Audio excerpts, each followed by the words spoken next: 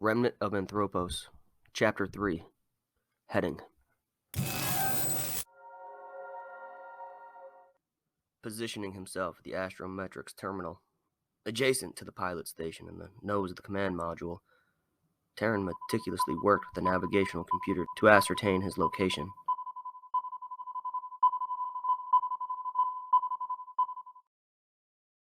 Since the dawn of the third millennium, our understanding of the cosmos has evolved and progressed. At the very edge of our own solar system, there lay in practical reach dozens of star systems awaiting our exploration and pilgrimage. Having traveled nearly a parsec, the Peregrine was only 1 Earth year from the official boundary of the Alpha Centauri system, which, when traveling along the known telemetries, offered its gravitational influence as the first oasis in a void of eternal night, thus influencing the later age of man to give this particular system the Alpha designation. It is the least challenging and therefore easily thought of as the first system to be reached after exiting the Earth-Sun system. The name is based on the nomenclature popular around the time of the Great Sickness and the rise of the Sanctus Altus, but is not consistent with the index at that time, which may have offered the designation Proxima Centauri. However, such few accurate records corrupt any guarantee of continuity between the ages of proto and post-discovery. Gravitationally speaking, this system offers itself in abundance. Proximity is as relative as above and below, therefore it is only of limited use. Terran anticipated clear communication with the colonies in this system within a few months, if not earlier. Beyond this first oasis, designated in the current index as Alpha Centauri, rest many other systems. So far, 12 have been discovered and indexed officially by the Sanctus Altus probes, which painstakingly apply a careful criteria to potential settlement. Other missions have been attempted throughout the centuries, but they lacked suitable data supporting the potential of success. Most appear to have given themselves to martyrdom. Such missions are no longer chartered as official pilgrimages and are often subjected to legal scrutiny, postponing and ultimately preventing any embarkation. Of the official 12, 9 have confirmed sustainability. 2 remain in the time window of mission feasibility, and the Peregrine marks the 12th charter.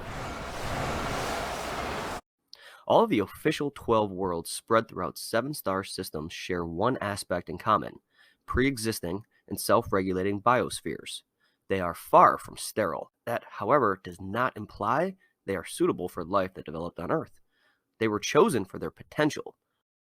The most effective executions of Earth shaping, or terraforming, result from pre-existing systems, which seem fragile on the surface, but harbor a deep perseverance and tolerance to external influence. The principle relies on forcing these biospheres to adapt to Earth-like conditions while not compromising the progressive homeostasis. Mass extinction events are a usual symptom, but most worlds heal in favor of human settlement given the right encouragement. Many worlds are discovered in any given decade. Few meet the criteria to actually send a pilgrimage. Most worlds discovered by probes will, in fact, receive many more probes over the course of a century to ensure the stability of temperature, pressure, atmospheric gases, and topography. Terraforming in any capacity, and certainly in such remote circumstances, should be simplified and certain. Take pressure, for example. In most cases, pilgrims can adjust to a range of atmospheric pressure, which is one advantage to our physiology because there is, in reality, little that can be practically accomplished to adjust the atmospheric pressure of a large astronomical body. The actual pressure range for a mammal, however, is still in fact limited compared to what the universe offers life in general.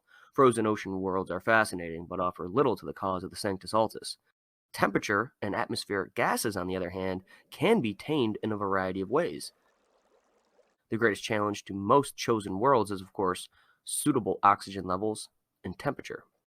Take, for example, the 2 upcoming star systems that Terran will use to maneuver the Peregrine through to reach its final destination.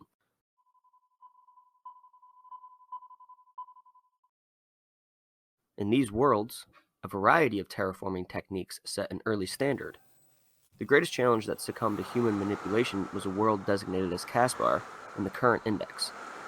Caspar is a large moon in the upcoming Alpha system which developed a dominating biology spread across millions of species, all of which were anaerobic in physiology. Ultimately, the oxygen-free microbes, monopolizing any accessible surface area, including every liquid body of water on the surface and even the upper atmosphere.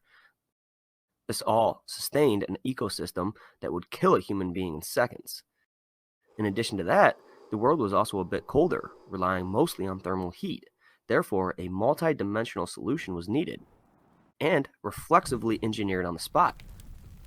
A medium-sized asteroid found trapped in the moon's orbit was manipulated and diverted to penetrate the thick atmosphere and collide with the surface.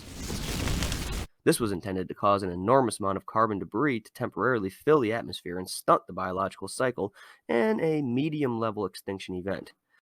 Following this event, the Pilgrims then seeded the moon with a variety of custom-engineered cyanobacteria which permanently altered the physiology of the world and gave rise to a biological cycle that balanced the variety of gases, provided adequate oxygen, and sustained a modest and comfortable greenhouse effect. The next greatest challenge was offered by a rocky planet more than 3 times the size of Earth in orbit of a large star indexed under the name Kaku, but popularly referred to as Fenrir 1. This world, chartered to the patrimony of the great patriarch Israel, needed a slow and gentle increase in temperature, as the life harbored here already cultivated Earth-like conditions. This was accomplished by genetically altering a small bush-like plant, which was native to the planet's polar region, genetically altered into darker and darker pigments. Unleashing this adapted plant with a nearly impenetrable resistance to disease and predation made quick work of a cold world. By absorbing an ample amount of radiation and heating the world, while simultaneously unleashing vast amounts of fresh water into a cold and arid ecosystem. The plant was developed across a spectrum of circumstances. Varieties were cultivated as and where needed. It is the greatest single success in the history of terraforming. The Alpha Centauri system is needed for most pilgrimages. Terran has a variety of scenarios he can use to manipulate the gravity of the small red star at the center of this system and the gas giant Ares in its close orbit.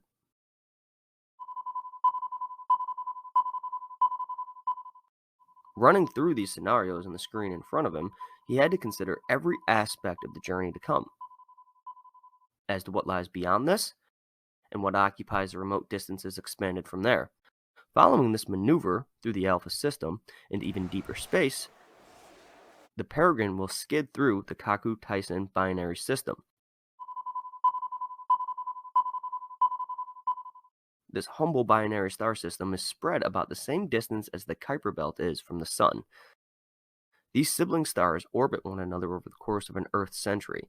Like the upcoming Alpha system, these next 2 stars were also found to nurture planets that harbor conditions suitable to human settlement. The larger of the 2 stars was Index Kaku, as I mentioned earlier, and its colossal rocky planet, said to be forested and gentle, was named after its patriarch Israel. The lesser star was Index Tyson. While in its orbit, the Leonard 3 detached from a larger space probe system, trekking its way past local stars, and fell upon a gas giant eventually named Aurelius. A small satellite found in the giant's orbit was named Judah, after its patriarch. From what we know, it is a vast, shallow ocean sprinkled with dozens of seasonal island systems. Eventually, this world succumbed to human habitability with the aid of cyanobacteria and the moderate desalination of its ocean. This provided fresh water, salt, regeneration of polar ice caps, ushering in a mild cooling and a stabilized weather pattern, turning seasonal island systems into permanent settlements. Terran's destination was beyond all of these worlds. Tolan, Centauri. In the first Centauri system, regulated by the small red star, indexed as Alpha but romanticized under many dramatic titles, a red dwarf, as the ancients classified it, and averaging just over a parsec in distance from our own native star, there is a gas giant, Ares. 3 habitable satellites in orbit of this monster were discovered nearly 1,000 years ago when the first members of Terran's ancient order emerged and began probing space. Each world received a proto-colony and was named after its patriarch. Casper, which we already discussed in minor detail, and sharing the orbit with Ares, is Melchior and Balthazar. The effort of colonization began over 700 years ago. They have remained loyal to the cause and persevered through hardships unimaginable to any native of Earth. Each has received an additional 5 estates, 3 single Sanctus Altus occasion missions, and dozens of first and second wives since the first proto-colonies arrived. Terran figured that with such little time left, he would remain awake until they reached this first Centauri system and made contact with the colonies there. Opening his personal log, he began to reflect on these circumstances. Dominion is no gift.